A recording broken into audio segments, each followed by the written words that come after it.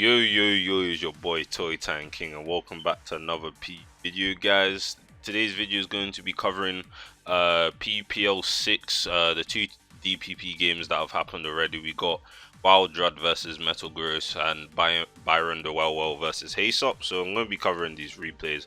I watched this match in real time, but these guys played their match like whenever I was AFK, so we're going to be covering both of those replays. Obviously, PUPL is going on right now. Week 1's out now, and your boy actually got drafted. You know, PUPL 6 is the time of the Toy Time King, man. It is the time for me to show my skills in DPP. I'm up against ZS, which we're going to be recording whenever I play him tomorrow. Today is Tuesday, and this video will probably be going up on a Tuesday. But yeah, guys, also before I go into the replays, 74 subscribers, guys, and my last video was received very well, so I thank you guys for that very much.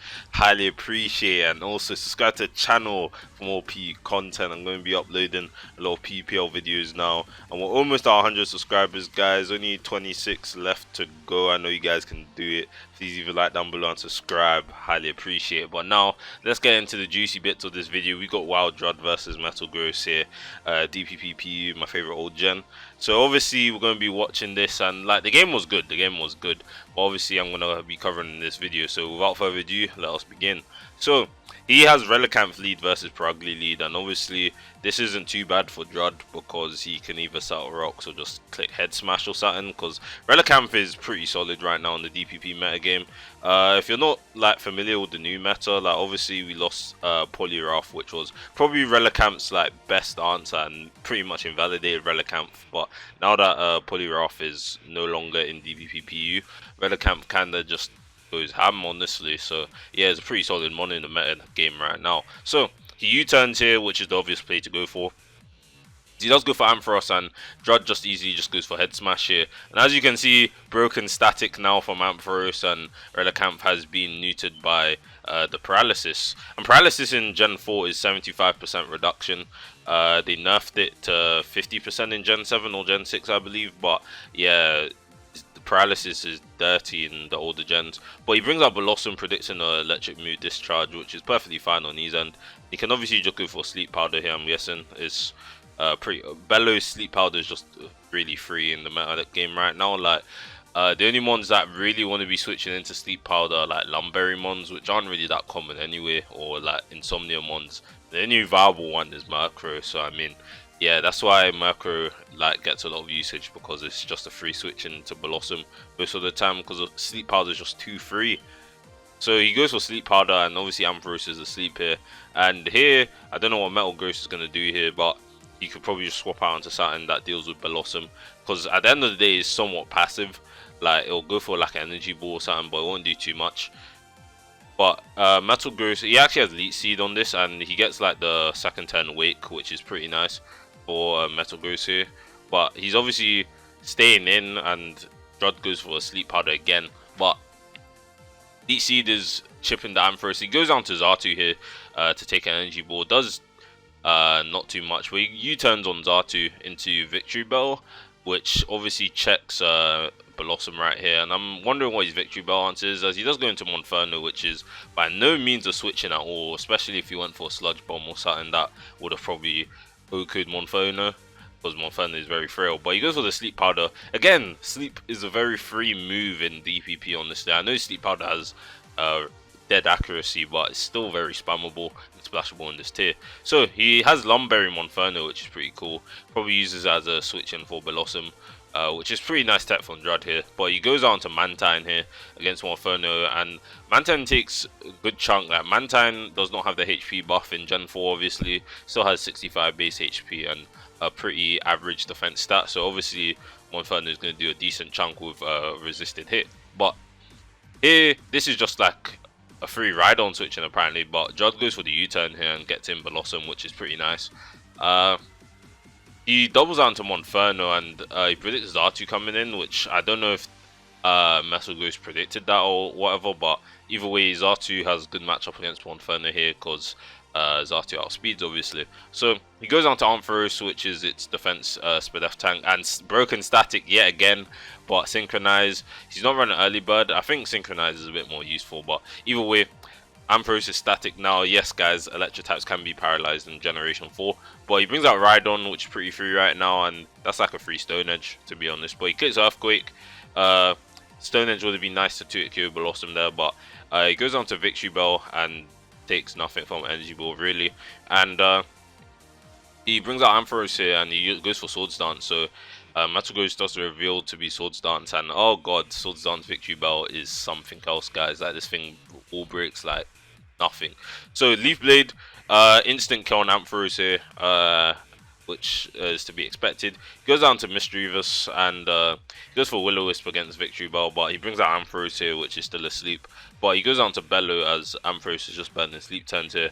He goes for Sleep Talk, gets a discharge, no paralysis there, which is kind of alright for Drud, honestly, as he does go on to Rhydon. And Ampharos gets another early wake up and he goes for Sleep Talk, so he could not capitalize on that turn, but is to be expected. So Rhydon's in, goes for Stone Edge, probably predicted Mantine, but either way, Stone Edge had enough damage to kill Ampharos from that range, which I was honestly surprised about when I was watching the fight.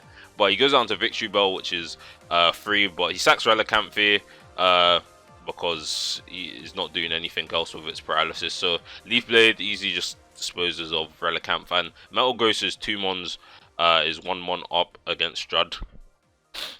As he does bring in Monferno here, Drud, and Mantine's another switch in, but is 3-hit KO'd, but 4-hit KO'd by what do you call it?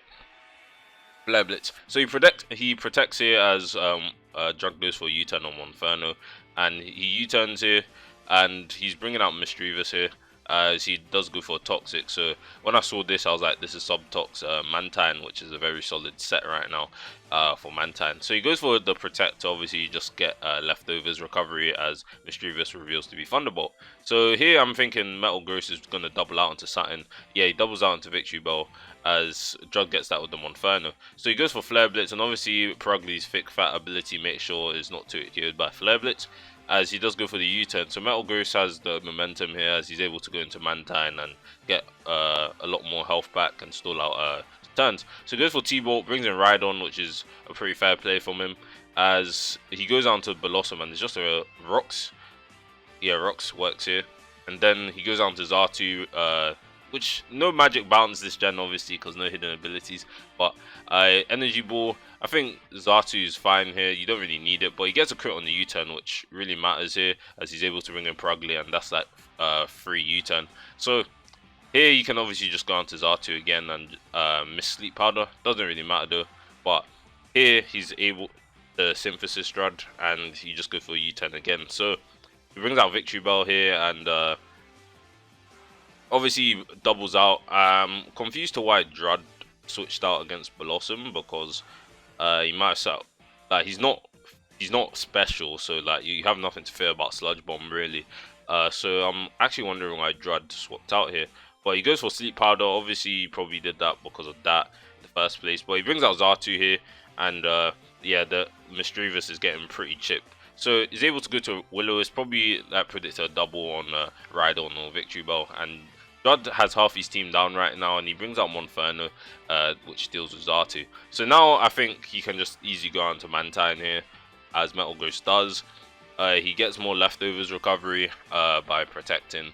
And then here he can just probably, oh, he took 50 from that. Wow, that's really high. Oh yeah, Blaze. You always forget Blaze is an ability, you know, like I always forget his ability. So here, I mean, Drud is not winning this game just by the looks of it. Metalgross still has 4 Pokemon while Drud has 2. There's no way he's coming back from this. And here comes the substitute from the Mantine, and Energy Ball is not enough to break the sub, and then he just gets off a Protect to get more HP back. And obviously I don't want to sit through here because it's a pretty long like exchange here, but Subtoxic Mantine, very annoying set to deal with in DPP. So as you can see, he's just stalling out, and yeah, spamming Surf, and then Rhydon dies. So that was a very solid game from Metalgross. I've never seen this guy play DPP, but to get a win like that versus Drud, very good from him. Very good performance for first DPP game of the tour. But yeah, next game we got byronthewellwell versus DPP. You know, like go Heysup here, and byronthewellwell, I think he's been in previous PUPL tournaments playing old gen, so I think he's played black and white if I'm not mistaken, but they put him in the DPP slot. What team is he on? He's on the Bear Ticks, led by Yugi, against T-Len. It's Heysup. So yeah, let's start this game, see how it goes. So he has E-Buzz lead against Pinsir, and I haven't seen E-Buzz lead in a bit. I don't even think E-Buzz lead is that good right now, just because how common Purugly is. But I mean, E-Buzz lead can capitalize on the commonness of Machoke leads and Relicamp leads, because it has a Psychic and Thunderbolt to deal with them. But yeah, he goes for T-Bolt here, almost kills Pinsir, but it's not enough, and Pinsir just Oku's E-Buzz with Earthquake. So easy Mon turn 1, as he does bring in Diglett, and his Pinsir does have Quick Attack, which is pretty interesting to see. But obviously Diglett is able to trap with its Arena Trap. I have not seen Diglett in DPP PU in a long time. I know there's a thing in DPP ZU which I've played in the past in GPL, but I've never really seen it used that much in DPP PU. So that's pretty cool from Byron here against Heysup, and he's able to just deal with Pinsir right there. So he brings out Crawdon here, and obviously Crawdon does not have Aqua Jet this gen, so you're not worried about priority. But like, the only way you use Diglett is like Choice Lock, so I'm like guessing that Aerial Ace was Choice Locks into Aerial Ace, and you're not sacking your Diglett is going to come in, be useful later on. So he brings in Metang to deal with Crawdon, as he does set up sub, and I'm like, oh, Heysup's bringing some heat here right here. So sub DD here against Metang. Earthquake does not kill the sub, which is a bit surprising. I don't know if that Metang has 0 attack EVs or not, or that's just a bulky Crawdon. But either way, 2 hits to destroy the sub, and he's already at +2. So he goes for sub here, and Heysup gets a bit unlucky with the crit, because he lost 25% for 1 hit of the substitute due to the Earthquake crit here. So he goes for sub again, and he gets a high roll on Earthquake, which again sucks for Heysup just in terms of RNG, but he's able to go for a Crab Hammer, which does almost kills Metang actually, as he's unfortunately getting the Toxic on the Crawdon. So he goes for Crunch, not wanting to miss Crab Hammer, and 2 of Byron's Mons are down right now. So right now, it's easily, he brings out his own Crawdon, which is probably able to live a hit because it resists its own stab. As he does reveal to be X-Scissor, which is pretty interesting to see from Crawdon. Probably a good tech to hit Blossom right now. If you're running Crawdon, I mean, if you're Dragon Dance, you go Dragon Dance, dual stab, and then you can go X-Scissor. Because Blossom just does, like, you can probably lure it in and just catch it out quite easy. Or if you're going like an offensive, like 4 attacking set, X-Scissor is pretty good. So Crawdon's down. He brings out his own Metang here, and Bullet Punch is able to kill Byron's Crawdon. So he's 3 Mons down now, as he does bring in Victory Bell against Metang, and he does go for the Sleep Powder against the Metang. So Burning Sleep turns here, and HP Fire does a good chunk to Metang here, and he does bring out Torkoal here to take the HP Fire. So I'm actually wondering what Torkoal does here. Probably sets up rocks or something. But he has his own Mantine. Goes for the Lava Plume, which does 0 to Mantine here. And obviously, if it's sub toxic, sub toxic, just, oh my days, this set is too strong, man. This is so strong. So he goes for substitute here. And obviously, he can't do anything against it. Torkoal is just free setup for Mantine, honestly.